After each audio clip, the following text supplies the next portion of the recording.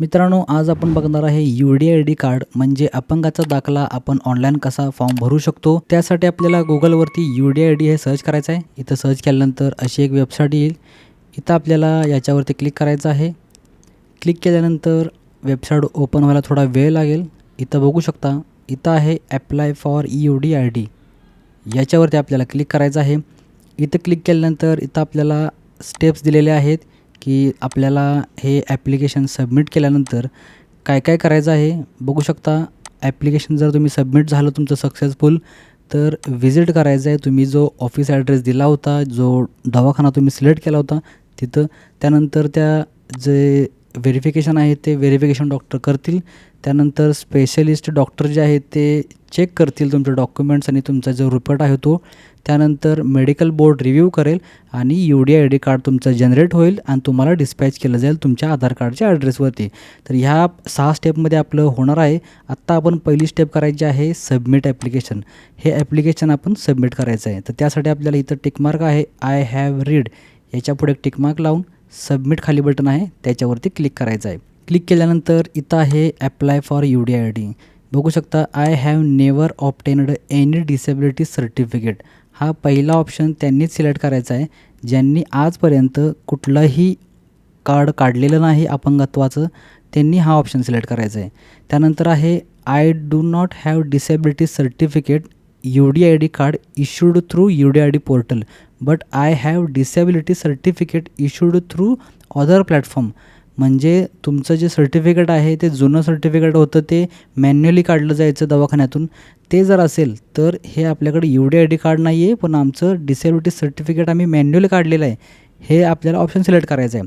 त्यानंतर आहे option I have applied for disability certificate UDID card but my UDID application was reject. म्हणजे तुम्ही जर ऑफिसला जाऊन ॲप्लिकेशन केलं आहे पण रिजेक्ट झालं असेल तर हे आपल्याला टिकमार्क लावायचे आहे आणि खाली डिटेल्स भरून तुम्ही पुढे जाऊ शकताय।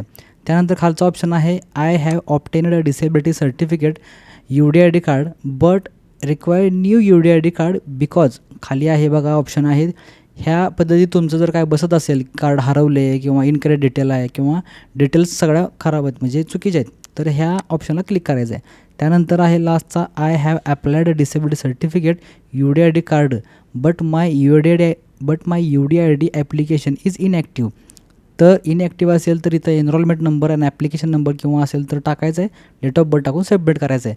तर जनरली सगळी लोकं हे पहिलं ऑप्शन जर तुम्ही कधीच काढलं नसेल तर ते आहे, आणि जर तुमच्याकडे ऑलरेडी आहे फिजिकल काढलेलं, आपल्याला आता डिजिटल काढायचं आहे UDID कार्ड, तर 2 नंबरचा ऑप्शन आहे। तर आमच्याकडे ऑलरेडी आहे तर आम्ही इथं 2 नंबरच्या ऑप्शनला क्लिक करतो आणि इथं सबमिटवरती क्लिक करतो।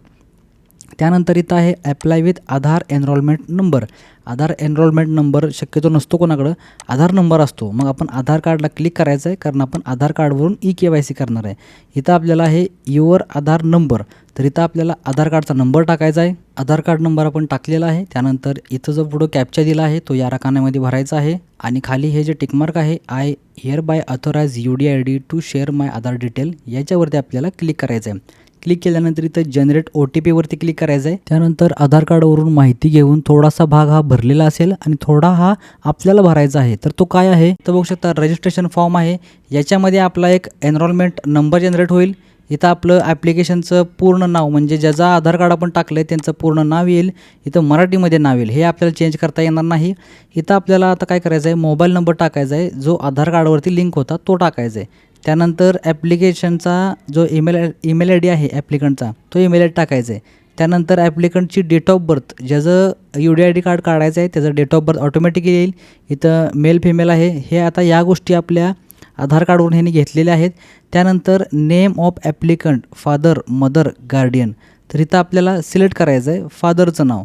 त्यानंतर इथं आपल्याला काही ऑप्शन अवेलेबल होतील, इथं बघू शकता ॲप्लिकंट फादर नेम, इथं आपल्या वडिलांचं नाव टाकायचं आहे। कॉन्टॅक्ट नंबर, आपल्या वडिलांचा कॉन्टॅक्ट नंबर म्हणजे मोबाईल नंबर टाकायचा आहे। त्यानंतर थोडंसं खाली घ्यायचं आहे, इथं बघू शकता इथं आहे फोटोग्राफ। आता हे फोटो एडिट कसा करायचा आहे तुम्हाला मी सांगतो। इथं बघू शकता ओनली JPG आणि PNG इमेज विथ 5 KB ते 10 KB अलाउड आहे। 5 KB ते 10 KB याच्यामध्ये तुमची साईज असली पाहिजे फोटोची। त्यानंतर त्याची विड्थ बघा 800 पिक्सल अलाउड आहे जास्तीत जास्त। आपण 800 नाही करायची, 795 करायची, ठीक आहे। Highest width and height less than 800 pixel म्हणजे 795 आपण करायचे आहे. आणि रिसेंट फोटो म्हणजे तुमचा आत्ताचा ताजा फोटो काढायचा आहे आणि आयडेंटिटी साईज फोटो स्कॅन करून तो अपलोड करायचा आहे. आता हे कसं करायचं आहे, तर यासाठी ही वेबसाईट आहे रिड्यूस इमेज. ठीक आहे, याच्यामध्ये आपल्याला सिलेक्ट करायचं आहे. ठीक आहे, इथं आपण 4 आपल्याकडे फोटो आहेत. एक आहे आयडेंटिटी कार्ड फोटो, एक आहे सिग्नेचरचा फोटो, एक आहे आपल्याकडं जुना जे डॉक्युमेंट होतं त्याचा फोटो आणि एक आहे आधार कार्डचा फोटो. ठीक आहे, या गोष्टी आहेत आपल्याला. आता आपल्याला काय करायचं आहे, फोटो आहे तो आपल्याला एडिट करायचा आहे. इथं बघू शकता फोटोची साईज आपली थोडी जास्त आहे, 728x974 आणि 147 KB आहे.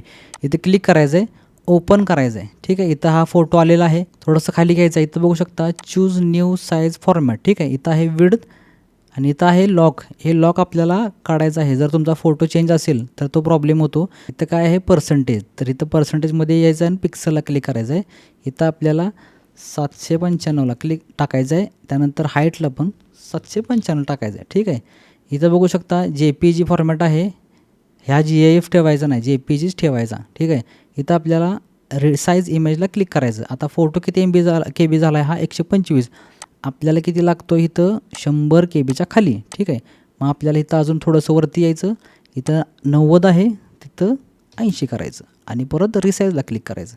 आता किती झाला 88 झाला, म्हणजे हा फोटो आपण यूज करू शकतो.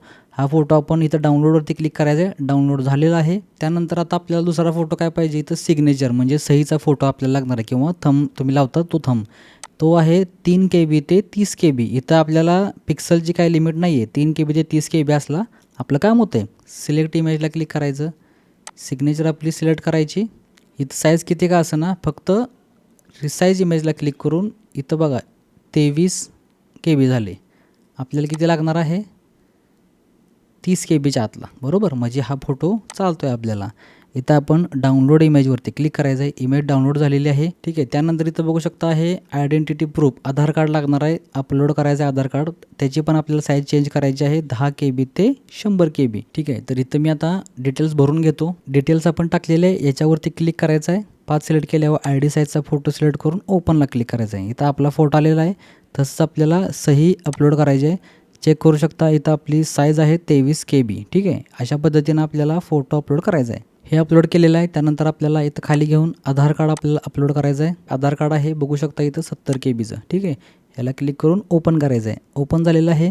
त्यानंतर इथं खाली बघू शकता ॲड्रेस फॉर करस्पॉन्डन्स. इथं बघू शकता is the residential address as per Aadhaar card. Aadhaar कार्डवरचा ॲड्रेस असेल तर येस करायचं आहे, नसेल तर नो करायचं आहे. नो केलं तर तुम्हाला ॲड्रेस टाकायला येईल.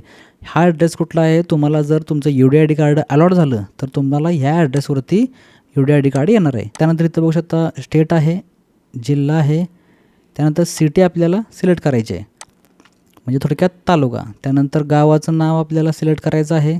खाली पिनकोड ऑटोमॅटिकली येईल. त्यानंतर बघू शकता disability detail in case of multiple disease please choose 2 or more out of 20 disabilities. तुमच्याकडे जेवढे डिसेबिलिटी आहे तुमच्या जुन्या सर्टिफिकेटवर लिहिलेलं असते टिक मार्क करून, तर त्या इथं आपल्याला सिलेक्ट करायचं आहेत. त्यानंतर डिसेबिलिटी टू इथं ऑप्शन आहेत ते सिलेक्ट करायचे आहेत. ॲक्सिडेंटनं झालं आहे का डिसीजनं झालं आहे, मेडिसिननं किंवा इन्फेक्शन, हे सिलेक्ट करायचं तुमच्या जुन्या सर्टिफिकेटवर असते. ठीक आहे, त्यानंतर डिसेबिलिटी बाय बर्थ म्हणजे जन्मापासून आहे का, असेल तर येस किंवा नसेल तर नो करायचं आहे. ठीक आहे, त्यानंतर आहे do you have disability certificate आहे का, येस करायचं आहे. येस केल्यानंतर इथं आपल्याला अपलोड डिसेबिलिटी सर्टिफिकेट ते पण आपल्याला 10 KB ते 100 KB जो आहे तो अपलोड करायचा आहे. ज्यांना नवीन सर्टिफिकेट काढायचं आहे त्यांनी नो ऑप्शन निवडायचं आहे. ठीक आहे, ते पण अपलोड केलं. त्यानंतर आहे रजिस्ट्रेशन सर्टिफिकेट नंबर, जुन्या सर्टिफिकेटवर नंबर आहे तो टाकायचा आहे. त्यानंतर डेट ऑफ इश्युअन्स सर्टिफिकेट, ते सर्टिफिकेट कधी काढले त्याच्यावर डेट असते ते टाकायचे आहे. त्यानंतर डिटेल्स ऑफ इश्युइंग ॲथॉरिटी कोणती होती, चीफ मेडिकल ऑफिसर किंवा मेडिकल ऑथॉरिटी जी कोणती होती ते आपल्याला सिलेक्ट करायचे आहे. त्यानंतर आहे पर्सेंटेज तुम्हाला त्याच्यावरती दिलं होतं, किती पर्सेंटेज होतं ते आपल्याला इथं टाकायचं आहे. त्यानंतर खाली घेतला आहे आपण, इथं बघू शकता hospital for assessment issue of UID card disability certificate. आता हे सर्टिफिकेट काढायला तुम्ही कुठं जाणार आहे, is your treating hospital in their state म्हणजे तुमच्या स्टेटमध्ये आहे का, डिस्ट्रिक्टमध्ये आहे का, येसला क्लिक करायचं आहे. ठीक आहे, इथं आपल्याला हॉस्पिटल ट्रीटिंग स्टेट सिलेक्ट करायचं आहे म्हणजे आपलं राज्य सिलेक्ट करायचं. त्यानंतर हॉस्पिटल ट्रीटिंग डिस्ट्रिक्ट म्हणजे आपल्याला जिल्हा सिलेक्ट करायचा आहे. त्यानंतर हॉस्पिटलचं नाव इथं ऑटोमॅटिकली येईल, इथं क्लिक करायचं आहे. बघू शकता इथं आपल्याला हॉस्पिटल आलेले आहेत. त्यातलं तुमचं कोणतं हॉस्पिटल असेल, ज्या हॉस्पिटलला तुम्हाला जायचं शक्य होते ते हॉस्पिटल सिलेक्ट करायचं आहे. कॅप्चा आहे इथं, कॅप्चा आपल्याला इथं टाकायचं आहे आणि इथं आपल्याला एक टिक मार्क लावायचा आहे. ठीक आहे, टिक मार्क लावला त्यानंतर सबमिटवरती क्लिक करायचं आहे. तर अशा पद्धतीने फॉर्म आपला भरून झालेला आहे. हा फॉर्म एकदा चेक करायचा आहे. इथं आपण एडिट करणार असेल तर करू शकता किंवा फायनल सबमिट आहे याच्यावरती क्लिक करायचं आहे. त्यानंतर फायनल सबमिट केल्यानंतर अशा पद्धतीने आपल्याला एक ट्रॅक ॲप्लिकेशन स्टेटस येईल. त्याची डाउनलोड रिसेट करायची आहे, डाउनलोड ॲप्लिकेशन करायचं आहे. त्यानंतर तुमचा जर फॉर्म भरून झालेला असेल तर काही वेळा फॉर्मची प्रिंट येत नाही. त्यासाठी आपल्याला इथं ट्रॅक ॲप्लिकेशनवर क्लिक करायचं आहे. इथं आपल्याला आधार नंबर आहे त्याच्यावरती क्लिक करून आपला आधार नंबर जो आहे तो टाकायचा आहे. आधार नंबर टाकला त्यानंतर सबमिट करायचं आहे. सबमिट केल्यानंतर आपला फॉर्म हा ओपन होईल. ठीक आहे, इथं बघू शकता अपडेट पर्सनल इन्फॉर्मेशन करून तुम्ही अपडेट पण करू शकता किंवा डाउनलोड ॲप्लिकेशन करून आणि डाउनलोड रिसीट करून हे दोन्ही पण तुम्ही डाउनलोड करून फॉर्म परत एकदा डाउनलोड करू शकता. बघू शकता डाउनलोड झालेला आहे. हा फॉर्म असा येईल. हा फॉर्म तुम्ही तुमच्या जो ॲड्रेस दिला इथं खाली छोट्या अक्षरामध्ये हॉस्पिटलचं नाव, त्या हॉस्पिटलमध्ये जाऊन तुम्हाला एकदा गाठ घ्यायची आहे की ते डॉक्टर काय म्हणतात ते तुम्हाला 2 ते 3 महिन्याची तारीख देतील. त्या टायमाला तुम्हाला चेकिंगला जायचं आहे. अशा पद्धतीने तुम्ही हे जे UDID कार्ड आहे ते अप्लाय तुम्ही करू शकताय. मित्रांनो, व्हिडिओ आवडला असेल तर लाईक करायचं आहे आणि आपल्या टेक्निक मराठी चॅनलला सबस्क्राईब 100% करायचं आहे. भेटूया पुन्हा एकदा नवीन व्हिडिओमध्ये. तोपर्यंत जय हिंद, जय महाराष्ट्र.